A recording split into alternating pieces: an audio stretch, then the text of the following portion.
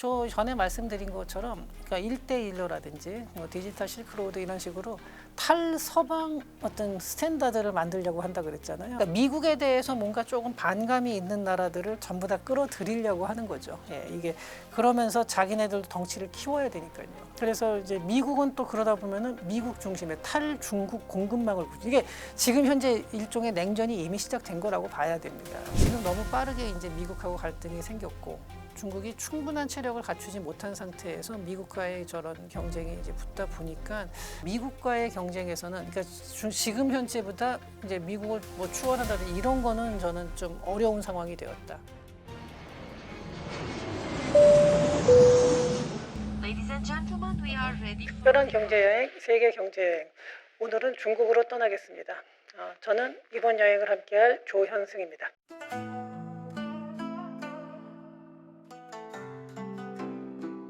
일단은 이제 글로벌 사우스라는 것 자체가 그 전부터 사실 했던 얘기긴 하죠. 저 전에 말씀드린 것처럼 그러니까 1대1로라든지 뭐 디지털 실크로드 이런 식으로 탈서방 어떤 스탠다드를 만들려고 한다 그랬잖아요. 그러니까 글로벌 사우스는 말하자면 탈서방 규범 하에서 이거의 덩치를 키우는 거죠. 그래서 여기에 할 수 있는 나라가 그동안 보면은 뭐 브라질, 러시아, 인도 막 이런 데 다 이제 집어넣고 하는 건데 그러니까 미국에 대해서 뭔가 조금 반감이 있는 나라들을 전부 다 끌어들이려고 하는 거죠. 이게 그러면서 자기네들도 덩치를 키워야 되니까요. 그래서 이제 미국은 또 그러다 보면은 미국 중심의 탈중국 공급망을 이게 지금 현재 일종의 냉전이 이미 시작된 거라고 봐야 됩니다. 그러니까 과거에는 미소 간에 이렇게 진영이 갈렸듯이 지금은 중국을 중심으로 하는 글로벌 그러니까 이 사우스가 있고 그 다음에 이제 미국을 중심으로 하는 탈중국 공급망을 만든다는 건데 이렇게 되면은 소련이 무너진 이후, 그러니까 무너지기 직전부터도 그랬죠. 중국은 이미 이제 소련이 무너지기 전에도 어떻게 보면 미국의 공급망 안에 들어와 있었죠. 80년대 후반부터 이미 그때부터 막 개방을 시작했죠. 한 90년대쯤 들어가면은 중국도 사실상 뭐 거의 그냥 세계 무역 체제 안에 편입이 돼 있었던 거거든요. 그때부터 지금까지 왔던 게 그렇게 되면은 뭐냐면 세계에서 가장 생산을 하고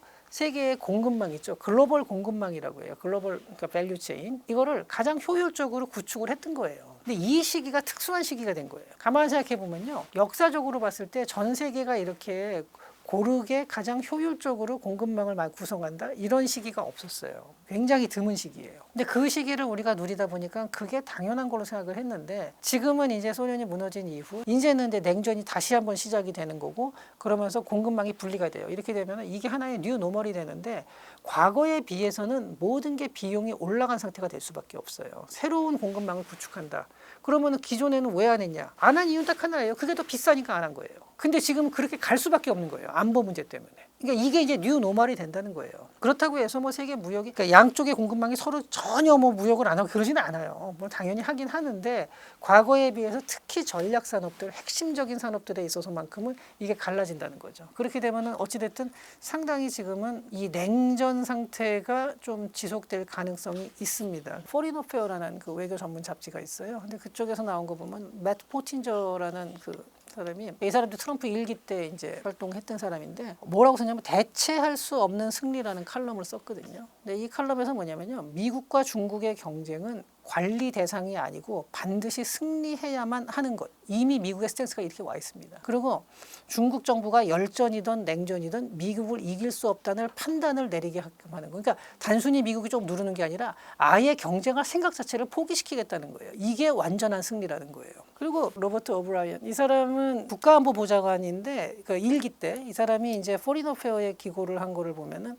힘을 통한 평화로의 기환 그래가지고 중국을 군사적, 경제적으로 가장 강력한 적이라고 이미 규정을 했습니다. 이게 작년 7월 달에 나온 거거든요. 그래서 미중 기술 패권 전쟁의 승리를 통해 대중국 압박을 가장 중요한 현안이라고 얘기를 했거든요. 그러니까 미국에서는 이미 그렇게 보고 있는 거예요. 이미 전쟁이 시작됐다. 아직 열전으로는 안 갔지만 이미 냉전은 시작됐다라고 보는 거죠. 그리고 이거는 트럼프가 되지 않았더라도 똑같아요. 민주당에서도. 그러니까 왕지스라는 그 북경대 교수가 있는데 이 사람도 포린 어페어에 또 그 같은 비슷한 시기에 이제 기고를 했어요. 중국이 그러니까 해리스냐 트럼프냐 어느 쪽을 선호할까라는 칼럼인데 여기서 보면 둘 다 똑같다는 거예요. 자기네들은 앞으로 10년 동안 미국의 대중국 정책 방향이 바뀌지 않을 거라고 생각한다고 얘기를 했거든요. 그러니까 이미 냉전은 시작된 거예요. 그리고 이 강력한 냉전이 지금 이제 드러나는 게 관세인데 이건 관세는 표면적으로 드러났을 뿐이고 이미 공급망의 분리부터 시작된 거죠. 그 전부터. 앞으로도 이건 바뀔 가능성은 없어요. 다만 이번에 이제 중국하고 미국하고 만나서 그래도 서로 간에 냉전을 하더라도 피해를 갖다가 서로 간에 좀 덜 받을 수 있게 우리 좀 더 세련되게 냉전을 하자. 이렇게 나오겠죠.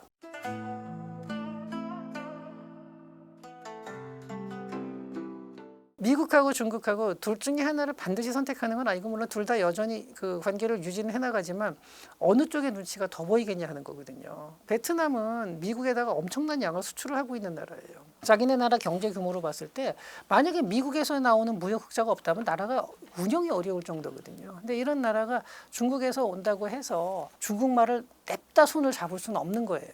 물론 뒤로 또 협상을 하고 우리 사정 좀 봐달라 이러면서 서로 그러면 어떻게 할까 뭐 여러 가지 얘기를 하겠지만 그렇다 하더라도 기본적인 스탠스는 일단은 미국 쪽을 더 바라보고 있을 수밖에 없습니다. 근데 이게 베트남만 그런 게 아니라요. 다른 나라도 다 비슷해요. 그러니까 지금 중국으로서는 좀 버거운 싸움을 하고 있는 거라고 볼 수 있죠.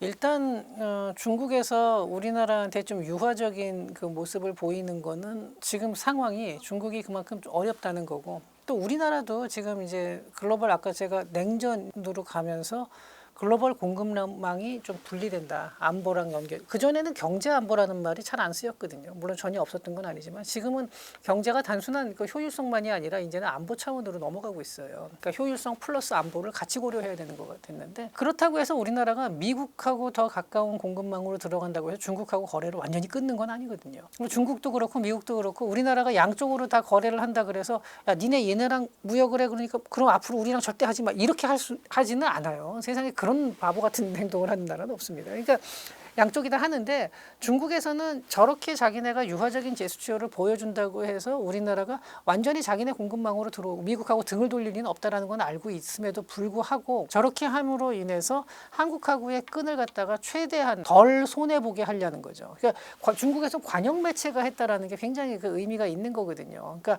이제 본격적으로 한국한테 더 유화적인 이제 제스처를 정부 측에서 이제 보여주는 거죠. 그래서 어떻게든 미국 쪽으로 뭐 전략 산업이나 이런 건 어쩔 수 없다 치더라도 최소한 다른 부분에 있어서의 한국과의 협력은 그래도 좀 어느 정도 선을 갖다가 자기네가 손실 보는 거를 최소화하기 위해서 지금 노력을 하는 걸로 봐야죠. 근데 이제 그거는 딱 그것만 가지고 볼 수는 없는 게 그러니까 그런 조건은 조금 더 좋아진 건 맞지만 근본적으로 중국의 경제가 살아야지 또 들어갈 수 있는 거죠. 그러니까 중국 경기랑도 연관이 되는 거기 때문에 근데 어찌됐든 중국 경기가 좋아진다 그러면은 우리나라 기업들이 이제 중국으로 진출하는 거에 있어서만큼은 과거에 비해서는 중국이 훨씬 더 좀 유연한 규제라든지 법적인 장치를 좀 유연화할 가능성은 높습니다.